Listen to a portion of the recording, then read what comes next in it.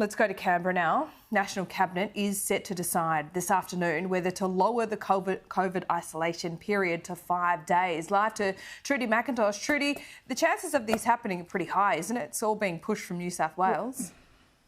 Well, if Dominic Perrottet gets his way, Laura, he's going to walk out today with this verdict that 5 days is the now required COVID isolation period, but not so fast. Other premiers certainly want to have their say. And Daniel Andrews from Victoria in particular saying he doesn't want to make up his mind before he sees that health advice, which was coming from the AHPPC International Cabinet this afternoon. One thing that Dominic Perrottet and Daniel Andrews agree on, though, they did a joint press conference yesterday in Victoria, is that if we are to see this 7-day isolation continue, that the pandemic payments that are on offer from the Commonwealth, if you don't have any sick leave but you're forced to isolate, they need to be extended. It's actually due to expire at the end of September.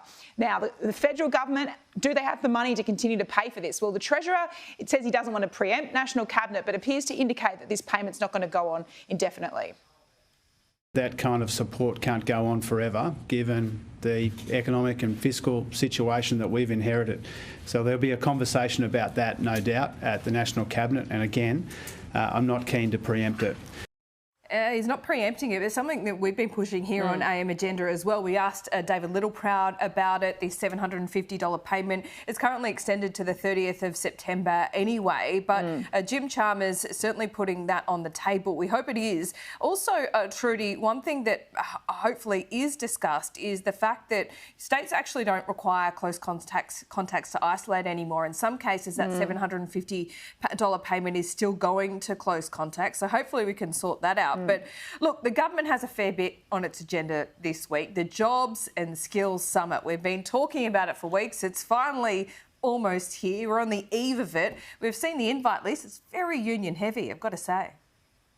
Yeah, union heavy, but if I put that to the Treasurer this morning, he says if you add in the number of business representative groups, then actually business have a bigger seat at the table. Nonetheless, this is a fight about who's actually been given these lucky over 140 spots to come here to Canberra tomorrow. You can see here from the unions, though, 35 union bosses directly as a part of this list, 5 of them from the ACTU, not just Sally McManus and Michelle O'Neill. Another 3 people from that union get to come. The CFMMEU will be here too, but John Setka not on that list. It's another representative of that union. As for the side-by-side comparison directly with big business bosses, we know that the banks were excluded from this. You can see here the 2 big supermarkets, Coles and Woolies, will be here.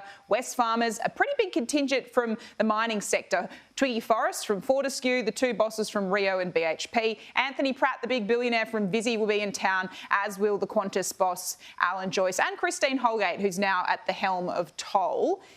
This morning, though, I put this to the Treasurer. Is he comfortable with how this list has shaken out here, the number of attendees who are going to be here and the oversized representation, you'd have to say, for unions, given their comparative membership?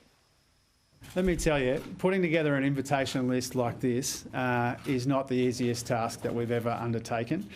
And it's a difficult balance to strike.